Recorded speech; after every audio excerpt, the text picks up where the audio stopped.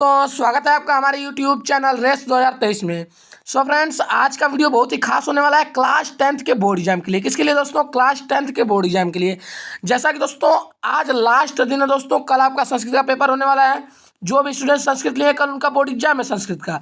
और दोस्तों जो भी स्टूडेंट दोस्तों अभी तक कुछ भी नहीं पढ़े अच्छे से, यह वीडियो उनके लिए दोस्तों इतना इंपॉर्टेंट समझिए। वेरी वेरी इंपॉर्टेंट वीडियो नहीं है, यह वेरी वेरी इंपॉर्टेंट नहीं है, यह मोस्ट इंपॉर्टेंट है। कितना इंपॉर्टेंट दोस्तों? मोस्ट इंपॉर्टेंट है। इसलिए दोस्तों इस वीडियो को पूरा अंत तक देखना है। क्लास 10th के उस विद्यार्थी को जो कि संस्कृत का कल पेपर देने जाएंगे। और दोस्तों यह मैं 100% गारंटी ले रहा हूँ दोस्तों। इस वीडियो में आपको एक वायरल सेट कराऊंगा, हर एक क्वेश्चन की वैरायटी आपको मिल जाएगी दोस्तों। और इस वीडियो को दोस्तों जो भी स्टूडेंट पूरा देखता है अंत तक और थोड़ा भी स्किप नहीं करता है दोस्तों, कल के पेपर में वो संस्कृत के पेपर में जाएगा और 3 घंटे 15 मिनट में दोस्तों धुआं उड़ा कर आएगा। और 70 में 70 मार्क्स, कितने में कितना मार्क्स? 70 में 70 मार्क्स पूरा अचीव करके आएगा। पूरा एक नंबर भी दोस्तों उस स्टूडेंट का नहीं कटेगा जो स्टूडेंट इस वीडियो को आज अंत तक देखता है दोस्तों। क्लियर है ना?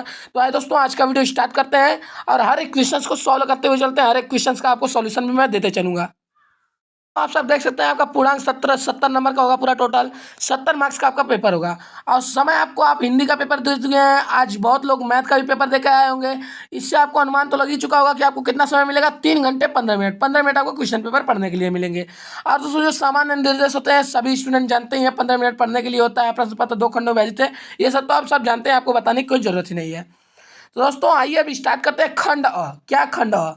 और दोस्तों इसमें आपको जान रहे जिस प्रकार हर सब्जेक्ट में 20 बहुविकल्पी प्रश्न आएंगे आपके 2023 के नियमानुसार, आपके हर एक सब्जेक्ट के 20 बहुविकल्पी प्रश्न आपको मिलेंगे, जिसके उत्तर दोस्तों आप लोगों को OMR सीट पर देना है। किस पे देना है दोस्तों? OMR सीट पे। इस दोस्तों उसी प्रकार आपका संस्कृत का कल का पेपर भी आएगा, जिसका आंसर आपको पास 20 बहुविकल्पी प्रश्न मिलेंगे, जिसका आंसर आपको OMR सीट पर देना पड़ेगा। क्लियर ना? तो आप देख सकते हैं दोस्तों पहला प्रश्न क्या है। पहले प्रश्न ने आपसे पूछा है दोस्तों कि प्रश्न क्या, एक गद्यांश पर आधारित प्रश्न है, गद्यांश को ध्यान से पढ़ें और उत्तर का चयन करें।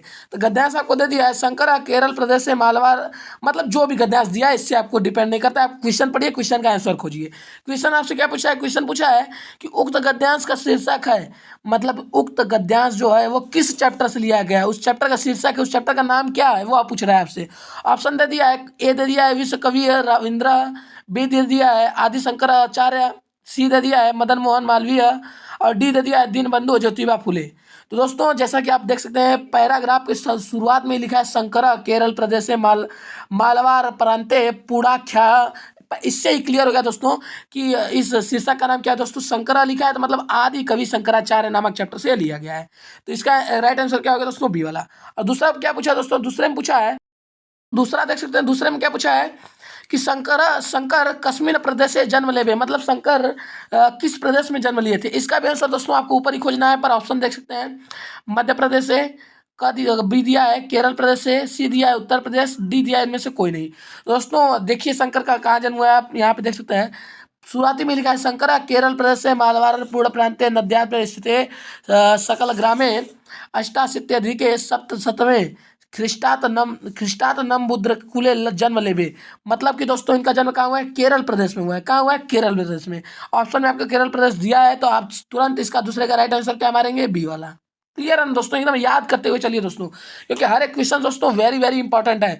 और दोस्तों अब तीसरे से यहाँ से डिफरेंट डिफरेंट क्वेश्चन आ रहे हैं, उसका कनेक्टेड आपके ऊपर वाले गद्यांश से कनेक्ट नहीं है। क्या है? ऊपर वाला जो गद्यांश कुछ तो देखे हैं वो केवल 2 प्रश्नों के लिए था, और पहला और दूसरा जिसको आप सॉल्व कर चुके हैं गद्यांश से। अब यहाँ से दोस्तों जो तीसरा वाला सॉल्व करने जा रहे हैं दोस्तों, इसमें वहाँ से कनेक्टेड नहीं है। क्लियर ना? तो तीसरा प्रश्न क्या है आपका? देख सकते हैं तीसरा है कि गुरु नानक से पितु नाम की, मतलब गुरु नानक के पिता का नाम क्या था। ए ऑप्शन दिया है कालू मेहता, बी दिया है आपका क्या दिया है ननका नान साहेब, और सी दिया है रैदासा, डी दिया है अंगदेवा।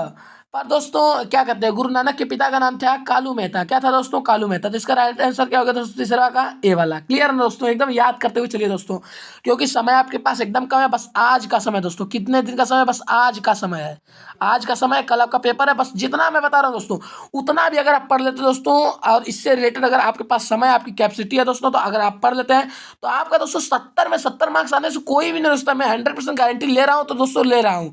और दोस्तों जो मतलब कि इससे ज़्यादा नहीं जानता, जितना बता उतना भी पढ़ के जाता है दोस्तों, तो उतने से भी दोस्तों 70 में 50 मार्क्स तो पक्का अचीव कर लेगा। कितना मार्क्स? 70 में 50 मार्क्स तो एकदम पक्का अचीव कर लेगा। अब बचा 20 मार्क्स दोस्तों, तो 20 मार्क्स दोस्तों वही स्टूडेंट पूरा एकदम 70 में 70 वही स्टूडेंट प्राप्त करेंगे दोस्तों, जो कि मैं जितना बता रहा हूँ सबको पढ़ने के बाद हर एक टॉपिक से कनेक्टेड पॉइंट थोड़ा देख कर जाते हैं बोर्ड एग्जाम में। क्लियर ना? आपको समझ कर जाना है दोस्तों, रट कर जाएंगे दोस्तों भूल जाएंगे, बोर्ड एग्जाम में छोड़ कर आएंगे। इसलिए हर एक क्वेश्चन को आप क्या करेंगे? समझ कर जाएंगे। बस समझना है दोस्तों कि इस कहानी में क्या क्या है। कहानी नुमा समझिए ना, दादी नानी कहानी सुनाती है उसको याद कर लेते हैं तुरंत ना कि कहानी क्या सुनाई थी। उसी प्रकार दोस्तों हर एक को कहानी की तरह समझिए। अगर आप समझे रहेंगे तो उसके आंसर को दोस्तों आप मॉडिफाई करके अपनी तरीके से अच्छा बनाकर आप बोर्ड एग्जाम में लिख कर आएंगे, और हर एक मार्क्स मतलब हर एक मार्क्स एक नंबर भी आपका नहीं कटेगा, पूरा का पूरा मार्क्स अचीव करके आएंगे। क्लियर ना? तो चौथा वाला क्या दिया दोस्तों? चौथा देख सकते हैं, चौथा दिया है हमारा चौथे में पूछा है कि वृक्षा क सलील पानम कुर्बंती। और दोस्तों ऑप्शन दिया है आपका ए दिया है मुख, बी दिया है पादय, सी दिया है हस्ते, और डी दिया है नेत्र। दोस्तों इस विषय से मतलब है कि वृक्ष को कहाँ से पानी एकदम मतलब मिलता है, कहाँ से उसकी उत्पत्ति होती है दोस्तों। तो इसका आंसर होगा राइट, क्या होगा दोस्तों? पादय होगा। मतलब कि उसके पाँव में, उसके मतलब वृक्ष के जड़ में अगर आप पानी देते हैं तो वहीं से उसका विकास होता है ना। तो आंसर क्या होगा इसका दोस्तों? पादय। पादय से मतलब है वृक्ष का पैर। क्लियर है ना? वृक्ष का पैर क्या होता है? उसका जड़ होता है ना। वृक्ष का पैर उसका जड़ होता है, अगर उसके जड़ में पानी देंगे तभी ना वो विकास करेगा। इसका राइट आंसर क्या हो गया? पादय, बी वाला। एकदम क्लियर है ना? पांचवा क्या है दोस्तों? पांचवा देख सकते हैं, पांचवा है आपका दोस्तों कि पृथ्व्याम कति रत्नानि सन्ति। मतलब पृथ्वी पर कितने रत्न हैं। अगर दोस्तों आप सब चैप्टर पढ़ें संस्कृत का तो आप बता सकते हैं कि सप्त रत्न है, कि पंचरत्न है, कि त्रिडी रत्न है, कि चत्वारि रत्न है। पर दोस्तों अगर आप नहीं पढ़े, इसीलिए तो मैं कह रहा हूँ ये वीडियो इतना इंपॉर्टेंट है दोस्तों कि मैं इसमें आपको डायरेक्ट बता दे रहा हूँ क्या आंसर है। आपको बस वही समझ कर जाना है। पृथ्वी पर कितने रत्न दोस्तों? 3 रत्न है। कितने रत्न है? 3 रत्न है। क्लियर ना? इसको याद कर लीजिए। पृथ्वी पर कितने रत्न होते हैं दोस्तों? 3 रत्न होते हैं। जो भी पढ़ा होगा दोस्तों संस्कृत उसमें बहुत ही अच्छी प्रकार से बताया गया है कि अन्न धन ऐसे करके कुछ बताया गया है। मैं पढ़ा नहीं हूँ दोस्तों, फिर भी आपको बता दे रहा हूँ कितना है दोस्तों? 3 रत्न है दोस्तों। मैं बिना पढ़े आपको बता रहा हूँ दोस्तों कितना इंपॉर्टेंट है, क्योंकि दोस्तों मैं पूरे चैप्टर को नहीं पढ़ा, पूरे चैप्टर का एकदम सारांश को दोस्तों चैप्टर में क्या क्या इंपॉर्टेंट है, क्या क्या इंपॉर्टेंट है, इंपॉर्टेंट नहीं क्या क्या मोस्ट इंपॉर्टेंट दोस्तों उस क्वेश्चन को आपके लिए लेकर आया हूँ दोस्तों। एक वायरल सेट करा रहा हूँ, बस आप समझते चलिए। हर एक क्वेश्चन को एकदम दिमाग में अपने फिट कर लीजिए। क्लियर ना दोस्तों? छठवां वाला प्रश्न क्या है? छठवां देख सकते हैं कि अभिवादनशील डॉट डॉट डॉट वृद्धोपसेविन श्लोक की पंक्ति पूर्ण कीजिए। मतलब कि यहाँ पे जो गैप दिया गया है इसमें क्या भराएगा? ए वाला ऑप्शन दिया है यशो, बी दिया है नित्यम, सी दिया है आयु, डी दिया है बलम। दोस्तों जो भी स्टूडेंट इस श्लोक को पढ़े वो बहुत अच्छी प्रकार से शो कर लेंगे, और जो नहीं पढ़े दोस्तों उनके लिए भी इंपॉर्टेंट है। मैं बता रहा हूँ दोस्तों इस पंक्ति का पूरा क्या होगा दोस्तों? अभिवादनशील से नित्यम वृद्धोपसेविन। मतलब यहाँ पे राइट क्या भराएगा दोस्तों? बी वाला आपका राइट आंसर है। एकदम बी वाला एकदम राइट है। क्या भरा जाएगा यहाँ पे? नित्यम भरा जाएगा। क्लियर ना? अभिवादनशील से नित्यम वृद्धोपसेविना। अब दोस्तों सातवां प्रश्न क्या है? सातवां देखते हैं। सातवां भी दोस्तों काफी इंपॉर्टेंट दोस्तों। कर्मण क्या लिखा है? कर्मणे वाधिकारस्ते माँ फलेषु कदाचन सुक्ति में। कदाचन सुक्ति है जो यहाँ से यहाँ तक सुक्ति दी हुई है दोस्तों, यह किस पाठ से उद्धृत है? मतलब किस पाठ से लिया गया है? ए ऑप्शन दिया है लक्ष्य वेद परीक्षा, बी दिया है सुक्ति सुधा, डी दिया है सी दिया है विद्यार्थीचर्या, और डी दिया है गीतामृतम। दोस्तों ये आपके लक्ष्य वेद परीक्षा वाले चैप्टर से लिया गया है दोस्तों। वहाँ पे आप देखेंगे तो वहाँ पे एक ऐसे ही लाइन लिखी होगी, यही यह उसी चैप्टर का सुक्ति है। क्लियर है दोस्तों? और आठवां क्या है दोस्तों? आठवां देख सकते हैं। आठवां है दोस्तों आपका कि किम नाटकम दृष्टवा गांधीना हृदय परिवर्तनम। मतलब किस नाटक ने दोस्तों गांधी जी के हृदय को परिवर्तित कर दिया। दोस्तों अगर आप कहानी को पढ़ेंगे अच्छे से तो आपको पता होगा, नहीं पढ़े तो फिर मैं बता रहा हूँ दोस्तों। सत्य हरिश्चंद्र की एक नाटक थी दोस्तों, जिसे देखकर गांधी जी की हृदय क्या हुआ था? परिवर्तित हो गया था दोस्तों। क्लियर है ना? और नवा क्या है फ्रेंड्स? नवा देख सकते हैं। नवा आपका काफ़ी इंपॉर्टेंट है, यह आपके पेपर में आ सकता है दोस्तों। गारंटी है, पूरी गारंटी है, आ सकता है दोस्तों। पॉसिबिलिटी पूरी 100% की है। क्लियर दोस्तों?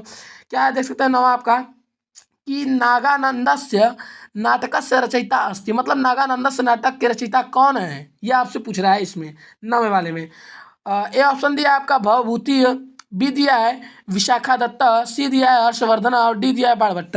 तो दोस्तों नागानंदस्य नाटकस्य के रचयिता है आपके हर्षवर्धन जी। कौन है दोस्तों? हर्षवर्धन जी। तो नवे का राइट आंसर क्या होगा दोस्तों? सी वाला हर्षवर्धन। क्लियर है ना?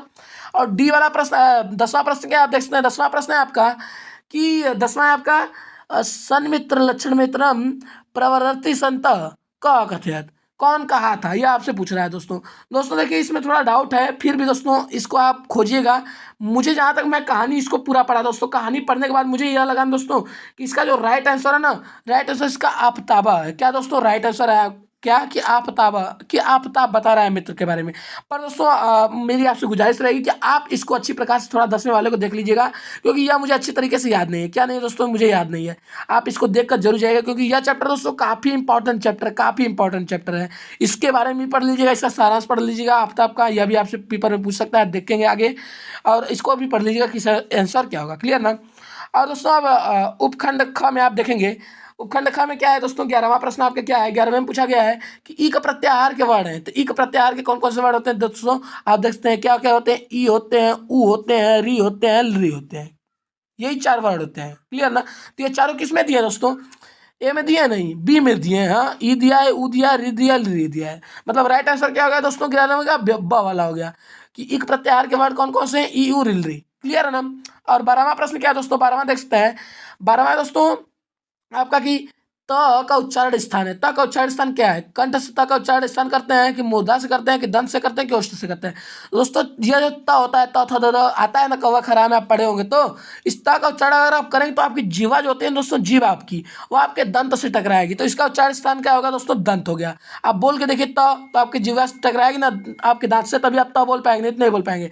तो इसका उच्चारण स्थान क्या होगा, दंत। क्लियर है दोस्तों, एकदम एकदम क्लियर करते हुए चलिए दोस्तों, एकदम अच्छी प्रकार से।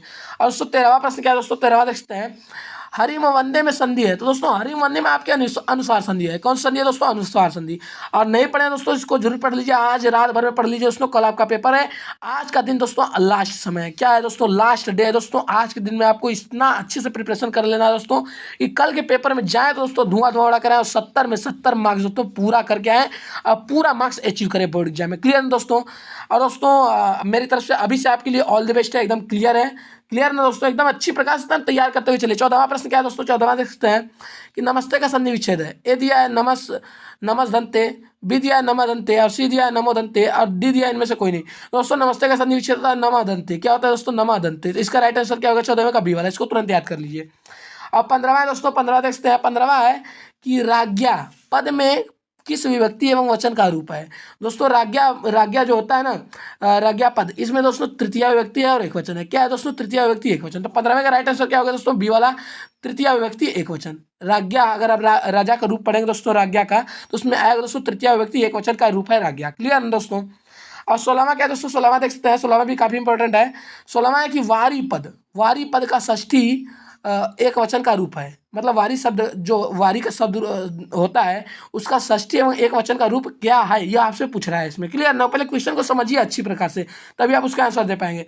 दोस्तों वारी शब्द जो होता है, वारी एक शब्द रूप है जैसा कि जान रहे हैं। इसका षष्ठी विभक्ति एवं एक वचन का रूप बताना है दोस्तों। इसका षष्ठी विभक्ति और एक वचन का रूप होता है वार्डी। क्लियर ना। इसका आंसर एकदम राइट बता रहा हूँ दोस्तों। अगर थोड़ा भी कंफ्यूजन होगा दोस्तों तो मिला लीजिएगा दोस्तों, मेरी तरफ से कुछ भी गलती हो सकती है दोस्तों, उसको क्षमा करिएगा। फिर भी आप अच्छी प्रकार से मिलाकर हर क्वेश्चन के आंसर को बोर्ड एग्जाम में जाएगा दोस्तों, एकदम धुआं उड़ा कर आइएगा। क्लियर ना दोस्तों। अपनी जान में पूरा प्रयास कर रहा हूँ कि आपको हर एक प्रश्न दे दूँ, जिसको आप पढ़कर बोर्ड एग्जाम में कल के पेपर में 70 मार्क्स तो पक्का अचीव कर ही लें। क्लियर है ना। और 17वां क्या है दोस्तों, 17वां देख सकते हैं। 17वां में पूछा गया है कि नमासी रूप है। मतलब नमासी रूप कैसा है, किस लकार का है, किस पुरुष का है, किस वचन का है, यह पूछ रहा है आपसे। तो नमासी रूप दोस्तों ए वाला ऑप्शन दिया है, देख सकते हैं कि लोट लकार उत्तम पुरुष एक वचन, बी दिया है लट लकार उत्तम पुरुष एक वचन। तो दोस्तों यह जो नमासी रूप है ना दोस्तों, यह नमासी रूप है हमारा लट लकार उत्तम पुरुष एक वचन। तो इसका राइट आंसर क्या होगा दोस्तों, बी वाला। क्लियर ना कि नमासी रूप का लकार क्या है, लट लकार है, पुरुष कौन सा है, उत्तम पुरुष है, वचन कौन सा है, एक वचन है। एकदम तुरंत याद कर लीजिए दोस्तों। क्लियर ना, एकदम याद करते हुए चलिए। 18वां दोस्तों, 18वां प्रश्न देख सकते हैं। 18वां भी काफी इंपॉर्टेंट है दोस्तों, बहुत ही इंपॉर्टेंट है दोस्तों, वेरी वेरी इंपॉर्टेंट है। हर एक क्वेश्चन दोस्तों, हर एक क्वेश्चन में जितना भी बताया दोस्तों, हर एक क्वेश्चन इंपॉर्टेंट है। बस आपको दोस्तों पढ़ना है, समझना है। आज रात भर में दोस्तों इतना प्रिपरेशन करने जा रहे हैं दोस्तों कि कल की संस्कृत के पेपर में दोस्तों जाए तो एकदम धुआं उड़ा कर आए और 70 में 70 मार्क्स अचीव करके आए। और दोस्तों जो भी स्टूडेंट मेरे चैनल पर नए हो, चैनल को तुरंत सब्सक्राइब करें, क्योंकि अभी आपको सोशल साइंस का पेपर, साइंस का पेपर, इंग्लिश का पेपर होने वाला है, जिसका प्रिपरेशन दोस्तों मैं 70 आउट ऑफ 70 का प्रिपरेशन दोस्तों पूरा का पूरा कराऊँ दोस्तों। और मैं 100% गारंटी लेकर चलूंगा दोस्तों कि आप इस बार बोर्ड में टॉपर बनेंगे। क्या बनेंगे दोस्तों, टॉपर। दोस्तों जिस भी स्टूडेंट को टॉपर बनना है, चैनल को भी तुरंत सब्सक्राइब करें दोस्तों, क्योंकि मैं पूरे 70 में 70 की आपकी तैयारी कराऊंगा, वो भी कम समय में दोस्तों। क्लियर है दोस्तों। जो भी स्टूडेंट चैनल पर नए हो, चैनल को जरूर सब्सक्राइब करें। 18वां प्रश्न क्या है दोस्तों, 18वां देखते हैं। भवेयु रूप किस लकार का है। दोस्तों भवेयु रूप जो है ना दोस्तों, ये हमारा विधिलिंग लकार का है। किस लकार का है दोस्तों, विधिलिंग लकार का। तो 18वें का एकदम राइट आंसर क्या होगा दोस्तों, डी वाला होगा। एकदम इसको तुरंत अभी याद कर लीजिए कि भवेयु रूप किस लकार का होता है दोस्तों, विधिलिंग लकार का। तुरंत याद याद करते हुए चलिए दोस्तों, इतना समय नहीं कि आप लिखेंगे फिर याद करेंगे, एकदम इस प्रकार पढ़िए दोस्तों कि एकदम दिमाग में आपके सेट हो जाए। क्लियर ना। 19वां प्रश्न क्या है दोस्तों, 19वां जो भी स्टूडेंट पढ़ा होगा अच्छी प्रकार से समास वो बता सकता है, अगर नहीं भी पढ़ा है फिर मैं बता रहा हूँ दोस्तों, इसका ट्रिक भी आपको दे दे रहा हूँ। 19वां है दोस्तों, प्रतिदिनम में समास है, मतलब प्रतिदिनम में कौन सा समास है आपसे यह पूछ रहा है। ए दिया है बहुब्रीहि, बी दिया है अव्ययी भाव, सी दिया है द्विगु और डी दिया है कर्मधारय है। दोस्तों प्रतिदिनम में अव्ययी भाव है। क्या है दोस्तों, अव्ययी भाव। दोस्तों जिस भी मतलब समास में दोस्तों अव्ययी भाव समास आप किस प्रकार पहचानें दोस्तों, उसका ट्रिक बता दे रहा हूँ। हर उसके आगे दोस्तों प्रति लिखा होगा, अनु लिखा होगा, मतलब कि एक प्रकार से उपसर्ग लिखा होगा। जो भी स्टूडेंट हिंदी का पेपर अच्छे से देकर आएंगे उनको पता होगा उपसर्ग क्या होता है। मतलब जिस भी शब्द के सामने उपसर्ग लगा है, प्रति उपसर्ग है, आ उपसर्ग है, अनु उपसर्ग है, या जिस भी दोस्तों जिस भी शब्द के साथ सामने उपसर्ग लगा है दोस्तों, बस तुरंत समझ जाइए कि वो कौन सा समास है, आपका अव्ययी भाव समास है। ये इसका बेस्ट ट्रिक है। क्लियर है दोस्तों। तो 19वां का राइट आंसर क्या होगा, बी वाला। प्रतिदिनम में कौन सा समास है, अव्ययी भाव है। क्लियर ना। अब 20वां प्रश्न क्या है दोस्तों, देखते हैं 20वां भी वेरी वेरी इंपॉर्टेंट दोस्तों। त्रिभुवनम में कौन सा समास है, और ये मतलब त्रिभुवनम का समास विग्रह पूछ रहा है। इसमें क्या पूछ रहा है, समास विग्रह। दोस्तों समास विग्रह आपको बताना है दोस्तों, हिंदी या संस्कृत के समास विग्रह में बहुत अंतर होता है, जैसा कि आप सब जान ही रहे हैं। तो ये वाला आप देख सकते हैं, त्रयाणाम भुवनानाम समाहारः, बी दिया है त्रयाणाम समाहारः भुवनानाम, और सी दिया है भुवनानाम समाहारः त्रयाणाम, और डी दिया इनमें से कोई नहीं। तो दोस्तों इनमें से कोई नहीं, ये तो हो ही नहीं सकता, इसका एक आंसर तो होगा पक्का है। सी वाला जो दिया है भुवनानाम समाहारः त्रयाणाम, ये तो एकदम गलत है दोस्तों, एकदम गलत है। और बी वाला दिया है त्रयाणाम समाहारः भुवनानाम। देखिए दोस्तों ये दोनों कंफ्यूजन वाले, इन्हीं दोनों में से एक आंसर है, पर आप पहचानेंगे किस प्रकार दोस्तों, अगर इस प्रकार का अगर आप संधि विच्छेद कर रहे हैं। क्लियर है दोस्तों।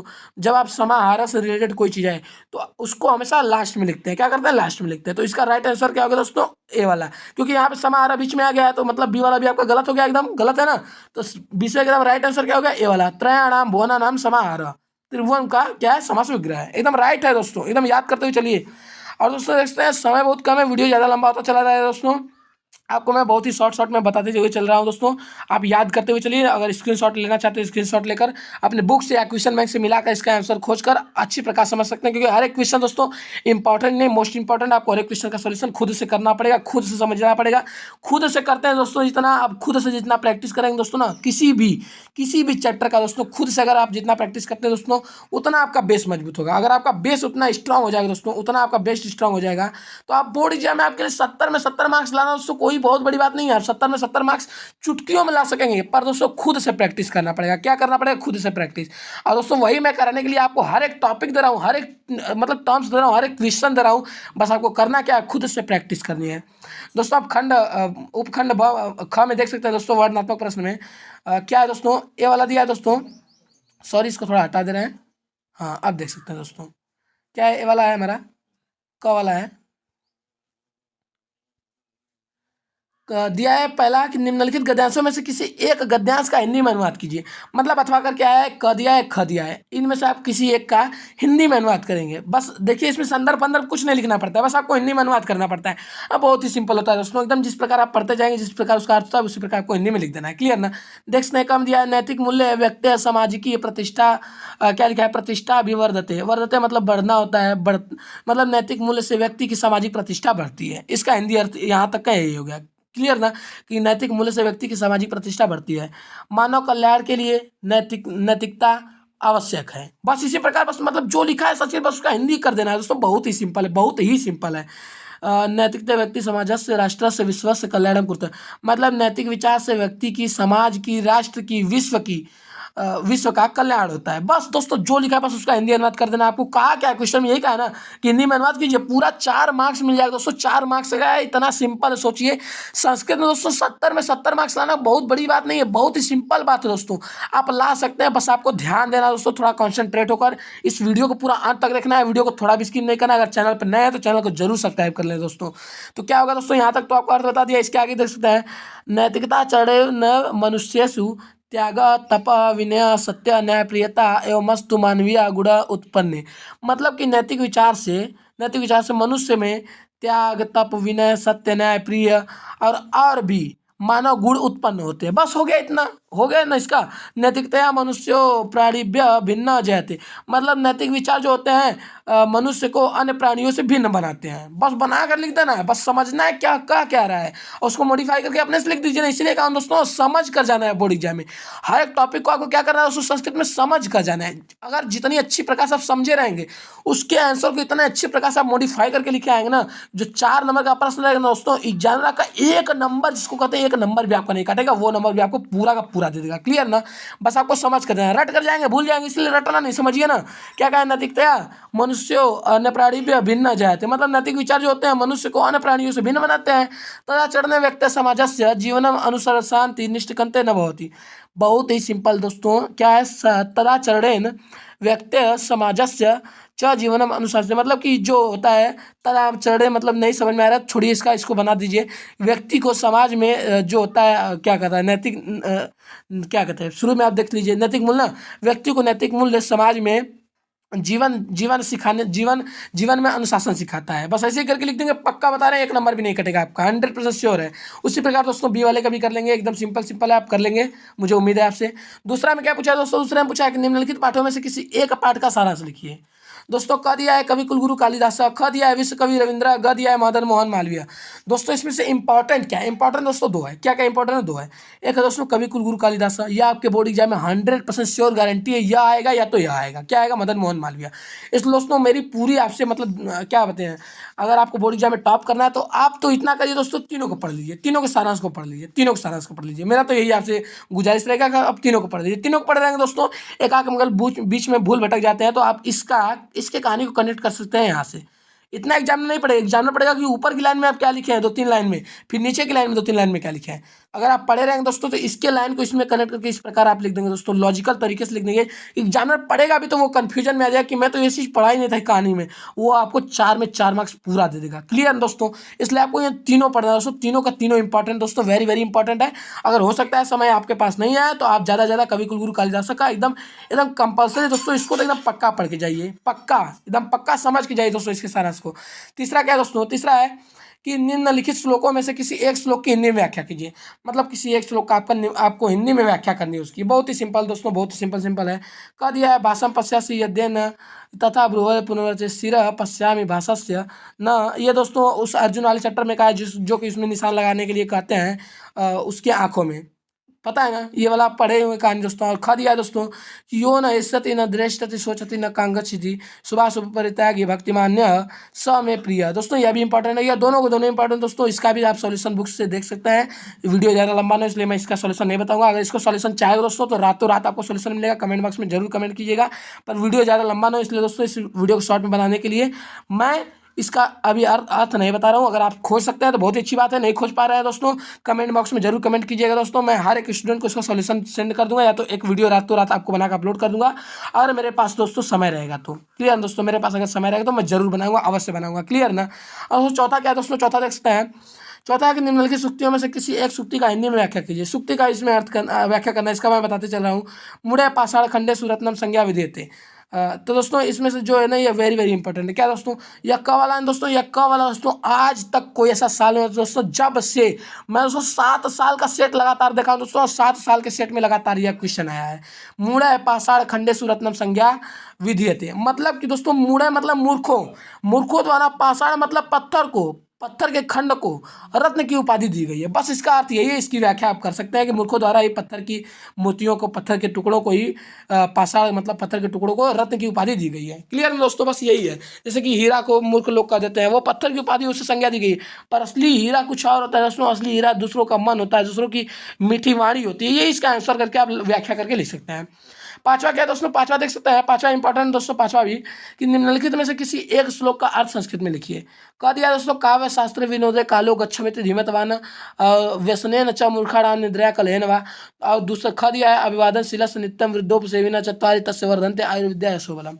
दोस्तों यह दोनों, यह क वाला या और यह ख वाला, यह इतना इंपॉर्टेंट दोस्तों, मैं कह रहा हूँ दोस्तों मेरी 100% गारंटी, जो स्टूडेंट इस दोनों को पढ़ के जाता है दोस्तों पक्का मेरी 100% गारंटी है बोर्ड एग्जाम में एक तो एक आएगा, एक ना एक आएगा। हो सकता है दोस्तों दोनों आ जाए और 70 में 70 मार्क्स दोस्तों आपको यही क्वेश्चन दिला दे। क्लियर नो, इसलिए आपको यह दोनों तो एकदम पढ़ के जाना। इसका अर्थ मैं बताते चला हूं दोस्तों, एकदम समझते चलिए ना, तुरंत अभी समझ लीजिए।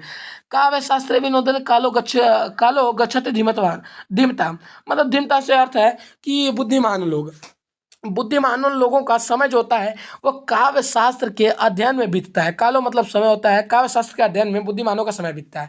व्यसनेन च मूर्खाणाम निद्रया कलेनवा, और जो मूर्ख लोग होते हैं जिन्हें कोई काम नहीं होता है, उनका समय किस में बीतता है दोस्तों? निद्रा में, मतलब सोने में, कला करने में और दूसरों को परेशान करने में। क्लियर दोस्तों, वो हमेशा व्यस्त रहते हैं दूसरों को परेशान करने के लिए, निद्रा में, सोने के लिए हमेशा। क्लियर ना दोस्तों, इस दोस्तों ये वेरी वेरी इंपॉर्टेंट है, वेरी वेरी इंपॉर्टेंट ही नहीं, मोस्ट इंपॉर्टेंट। इसको तुरंत याद कर लीजिए, अभी समझ लीजिए इसके अर्थ को। और खवाला है दोस्तों, खवाला है कि अभिवादनशीलस्य नित्यम, अभिवादनशीलस्य नित्यम वृद्धोपसेविना, यह आया था ना ऊपर वाले पंक्ति में, वहां पे यही भरना था नित्यम। यहाँ पे आप देख सकते हैं क्या दोस्तों, अभिवादनशीलस्य नित्यम वृद्धोपसेविना चत्वारि तस्य वर्धन्ते आयुर्विद्या यशोबलम। इसका भी अर्थ समझ लीजिए तुरंत, अभी समय कम है इसलिए दोस्तों मैं आपको एकदम शॉर्ट में समझाते चल रहा हूँ, आप इसको लॉन्ग में करके लिख सकते हैं अपने से।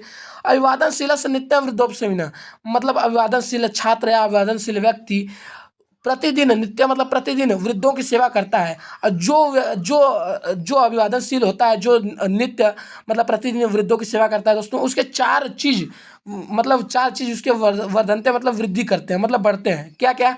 आयु बढ़ती है, उसकी विद्या बढ़ती है, और उसका बल बढ़ता है, उसका यश बढ़ता है। क्लियर दोस्तों, यही चार चीज बढ़ते हैं, आयु, विद्या, यश और बल। चार चीज हो गए ना दोस्तों, यही चार चीजों में उसकी वृद्धि होती है। जो अभिवादनशील से व्यक्ति होता है, जो कि प्रतिदिन वृद्धों की सेवा करता है, बस इसका अर्थ ऐसे ही बनाकर आपको लिख देना है। छठवां क्या है? छठवां देख सकते हैं, छठवां का है कि निम्नलिखित में से किसी एक पात्र का चरित्र चित्रण लिखिए। बहुत ही इंपॉर्टेंट है दोस्तों। पहला है महात्मा संस्मरणी पाठ के आधार पर महात्मा गांधी का। दोस्तों ये इतना इंपॉर्टेंट दोस्तों कि आप सोच नहीं सकते हैं। यह पहला वाला और दूसरा वाला एकदम वेरी वेरी इंपॉर्टेंट है। इन दोनों को आप आज रातों रात पढ़िए। जितना भी टॉपिक बता रहा हूँ दोस्तों, हर एक टॉपिक आपको एकदम करेक्टिव पॉइंट बता रहा हूँ।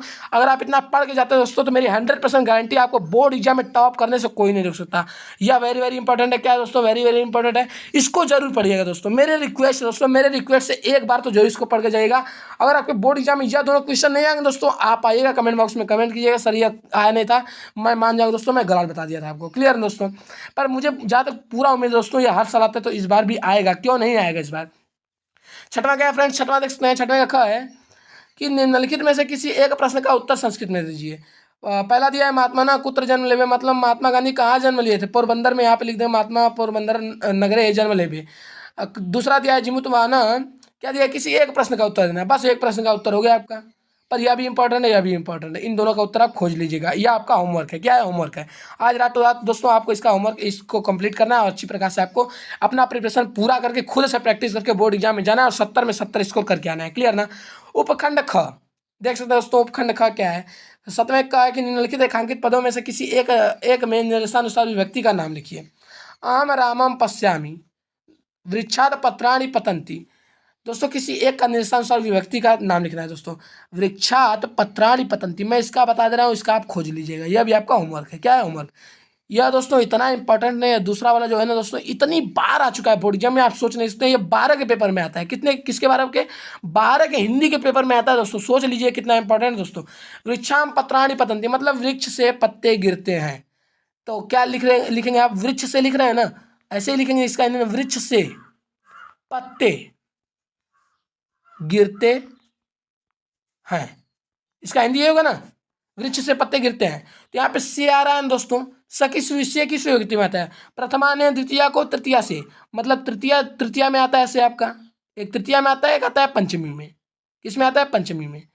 तो पंचमी में जो से आता है दोस्तों, वो अलगाव प्रकट करता है। तो वृक्ष से पत्ते गिर रहे हैं ना दोस्तों, तो यहाँ पे अलगाव प्रकट हो रहा है। तो यहाँ पे कौन सी विभक्ति होगी आपकी? पंचमी विभक्ति होगी। और तृतीया में जो से होता है दोस्तों, वहाँ पे जुड़ाव प्रकट होता है। जैसे कि हाथ से बच्चे खाना खाते हैं, हाथ से बच्चे फुटबॉल खेलते हैं, तो वहाँ पे से लगाव है, उनका हाथ उनसे जुड़ा हुआ है, कनेक्टिंग पॉइंट है उनका हाथ। और यहाँ पे क्या है? वृक्ष से पत्ते गिरते हैं, मतलब पत्ते वृक्ष से अलग हो रहे हैं। यहाँ पे अलगाव प्रकट कर रहा है से, तो यहाँ पे कौन सी विभक्ति होगी दोस्तों? यहाँ पे पंचमी विभक्ति होगी आपकी। कौन सी विभक्ति होगी? पंचमी विभक्ति। क्लियर ना? एकदम तुरंत याद कर लीजिए दोस्तों। इसको मैं 2 पॉइंट आपको, 2 विभक्ति एकदम अच्छी प्रकार समझा भी दिया कि तृतीया और पंचमी में क्या कॉमन डिफरेंस होता है। क्लियर ना? बालका विद्यालय पठती, बालक विद्यालय को जाते हैं, मतलब प्रथमा ने द्वितीया को, यहाँ पे द्वितीय विभक्ति हो जाएगी आपकी। 7वां क्या दिया दोस्तों? 7वां देख सकते हैं, 7वां ख, निम्नलिखित में से किसी एक पद में प्रत्यय लिखिए, मतलब प्रत्यय आपको लिखना है। पहला दिया है सुत्वा, दूसरा दिया है गांतुम, तीसरा दिया है पठनीय, घ वाला दिया है अजा। दोस्तों इसको आप खोज लीजिएगा, यह भी आपका होमवर्क रहेगा। इसको रातों रात खोजिए और तुरंत इसका आंसर अगर मिल जाए तो कमेंट बॉक्स में कमेंट कीजिए, नहीं तो समय कम है तो आप खुद से प्रैक्टिस करते चलिए। 8वां क्या दोस्तों, 8वां देख सकते हैं। 8वां, निम्नलिखित में से किसी एक वाक्य का वाच्य परिवर्तन कीजिए, जिसको हिंदी में दोस्तों कहते हैं एक्टिव वॉइस पैसिव वॉइस। क्या कहते हैं आप लोग, एक्टिव वॉइस पैसिव वॉइस, इसी को कहते हैं दोस्तों, इसी को वॉइस कहते हैं इंग्लिश में, बस उसी को संस्कृत में क्या कहते हैं, वाच्य परिवर्तन। बहुत ही सिंपल दोस्तों, इसके रूल को अगर आप पढ़ लेते हैं दोस्तों तो यह सब क्या है, एकदम बहुत ही सिंपल है, आप चुटकी में उड़ा सकते हैं दोस्तों। बहुत ही शॉर्ट में इसका रूल है, आप समझना चाहिए समझ सकते हैं, टाइम कम है तो आप नहीं समझेंगे, पर दोस्तों जो जो इंपॉर्टेंट है उसको तो पक्का समझ के जाएंगे बोर्ड एग्जाम, और बोर्ड एग्जाम में पूरा 70 मार्क्स का कर आएंगे। यह तो आपको पूरा कर ही कराना है, क्लियर ना। 9वां क्या है दोस्तों, 9वां देख सकते हैं। 9वां है आपका कि निम्नलिखित वाक्यों में किन्हीं 3 वाक्यों का संस्कृत में अनुवाद कीजिए। और पहला वाक्य दिया है दोस्तों, पहला वाक्य देख सकते हैं, 3 वाक्यों को आपको संस्कृत में अनुवाद करना है। पहला दिया है, आप लोग बोलते हैं तुम राम या हरि जाता है, मतलब यहाँ पे तीनों लोग हो गए, तुम राम या हरि जाता है, तीनों लोग हो गए दोस्तों, क्लियर ना। मतलब यहाँ पे बहुवचन है, यहाँ पे जो धातु रूप लगेगा दोस्तों बहुवचन का लगेगा, क्लियर ना। नहीं, तुम राम या, मतलब यहाँ पे द्विवचन का लगेगा, किसका लगेगा दोस्तों, द्विवचन का, मतलब जाएंगे तो 2 लोग ही ना, तुम राम या हरि, नहीं जाएंगे 1 लोग, मतलब एक वचन दोस्तों, सॉरी यह इंपॉर्टेंट है, इसको समझ सकते हैं। यहाँ पे कौन सा धातु रूप लगेगा आपका, एक वचन का धातु रूप लगेगा, एक वचन का धातु रूप लगेगा, बहुत इंपॉर्टेंट, इसको समझते हुए चलिए। क्या है, तुम राम या हरि जाता है। तीसरा दिया है, लड़की को पढ़ना चाहिए। चौथा दिया है, इस समय तुम कहाँ जा रहे हो। 5वां दिया है, बंदर पेड़ पर चढ़ता है। दोस्तों इसका सॉल्यूशन बहुत ही इंपॉर्टेंट, इसका सॉल्यूशन आप खुद से करेंगे तभी आपके लिए आप प्रैक्टिस कर पाएंगे, अगर मैं बता दूंगा तो आप इतना ही रट कर जाएंगे, और क्या पता आपके बोर्ड एग्जाम में ये ना है तो आप कमेंट बॉक्स में कमेंट भी करेंगे, सर आप खराब पढ़ा दिए, आप ये नहीं किए।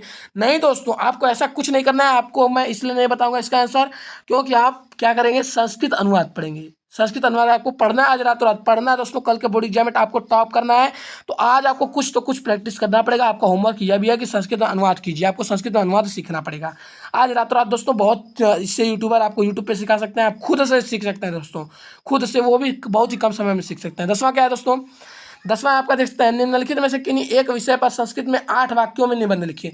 बहुत ही सिंपल होता है दोस्तों, सदाचार और सत्संगति, राष्ट्रीय पर्यावरण विद्या। दोस्तों इसमें से इंपॉर्टेंट टर्म्स में जैसे कि सदाचार इंपॉर्टेंट है, और आपका विद्या इंपॉर्टेंट है, और सत्संगति, यह तीनों दोस्तों इतने इंपॉर्टेंट है कि यह लगातार आपके 10 साल के, मतलब 10 वर्ष के एनसीईआरटी, जब से एनसीईआरटी आपका लागू हुआ है दोस्तों, समझ सकते हैं, तब से हर साल बोर्ड एग्जाम में आते हैं दोस्तों। कौन कौन से, सदाचार, सत्संगति, विद्या। सोच लीजिए कितने इंपॉर्टेंट है, बस आपको यही तीनों पढ़ना है दोस्तों, यही तीनों पढ़ना है, पक्का एक ना एक आ जाएगा, पक्का, मेरी 100% गारंटी दोस्तों, पक्का एक ना एक तो जरूर आएगा, मेरी 100% गारंटी है, क्लियर ना। इसलिए इन तीनों टॉपिक को तो जरूर पढ़िए, सदाचार पे, सत्संगति पे और विद्या पे। और 11वां प्रश्न क्या है दोस्तों, 11वां देख सकते हैं, जो कि लास्ट प्रश्न है हमारा दोस्तों, है कि निम्नलिखित पदों में से किन्हीं 2 पदों का संस्कृत वाक्यों में प्रयोग कीजिए। दोस्तों ये बहुत सिंपल होता है, दिया है, गणेशाय, त्वम, सदा, अत्र, गच्छामा। अगर आप संस्कृत परिवर्तन कर सकते हैं तो वैसे कर सकते हैं, नहीं तो बहुत से टर्म्स होंगे, जैसे कि ऊपर का जो गद्दा दिया था उसमें ही खोजेंगे तो उसमें कहीं गणेशाय दिया होगा तो गणेशाय का बस वही लिख देंगे लाइन, त्वम दिया होगा त्वम का लिख देंगे, सदा दिया होगा सदा का लिख देंगे, अत्र दिया होगा तो अत्र का लिख देंगे, गच्छामा दिया तो गच्छामा का। पर करना होता है दोस्तों आपको केवल 2, आपके पास ऑप्शन होते हैं 5, आपको पक्का 100% अगर आप समझ लेते हैं दोस्तों, इसको आप ट्रिक से किसी भी गद्यांश में देखते हैं, अगर गणेशाय मिल गया तो बस वही चीज़ लिख दिए, त्वम मिल गया तो वही चीज़ लिख दिए, सदा मिल गया तो वही चीज़ लिख दिए, अत्र मिल गया वही चीज़ लिख दिए, गच्छामा मिल गया वही चीज़ लिख दिए, बस वही इसका संस्कृत वाक्य में प्रयोग हो गया। बहुत ही सिंपल दोस्तों, वेरी सिंपल दोस्तों। तो दोस्तों धन्यवाद, आज का वीडियो यहीं समाप्त करते हैं। जो भी स्टूडेंट दोस्तों मेरे चैनल पर नया, चैनल को जरूर सब्सक्राइब करें, क्योंकि आपके हर एक, मतलब अभी आपका साइंस का पेपर होने वाला है, किसका पेपर होने वाला है, साइंस का, फिर इसके बाद सोशल साइंस का होगा आपका, अभी इंग्लिश का भी होने वाला है आपका, मतलब ये तीनों पेपर आपका होने वाला है दोस्तों। अभी तक जो भी स्टूडेंट मेरे चैनल पर नहीं आए थे, जो भी अभी स्टूडेंट मेरे चैनल पर नए हैं दोस्तों, इस चैनल को जरूर सब्सक्राइब करें, मेरे इस चैनल को, क्योंकि दोस्तों मैं आपको ना दोस्तों 0 से दोस्तों 0 to पूरा 100 तक की आपको प्रिपरेशन करा रहा हूँ, क्लियर ना, एकदम पूरा। कम समय में आप किस प्रकार दोस्तों टॉपर बन सकते हैं, कम समय में आप किस प्रकार टॉपर बन सकते हैं, वो आपको बता रहा हूँ दोस्तों। आपको इन कम समय में दोस्तों मैं आपको एक बारूद बना रहा हूँ, कि आप बारूद इस प्रकार आपको बना रहा हूँ कि आप बोर्ड एग्जाम में जाएंगे ना, पूरा धुआं उड़ा कर आएंगे, और 70 में 70 मार्क्स दोस्तों हर एक चैप्टर में अचीव करके आएंगे। तो धन्यवाद दोस्तों, आज का वीडियो यहीं समाप्त करते हैं, मिलेंगे एक नए वीडियो के साथ, जिसमें आपके लिए मैं काफ़ी हेल्पफुल वीडियोज बनाकर लाऊंगा दोस्तों, जो कि आपको 70 में 70 मार्क्स बोर्ड एग्जाम में दिलाएंगे। धन्यवाद दोस्तों।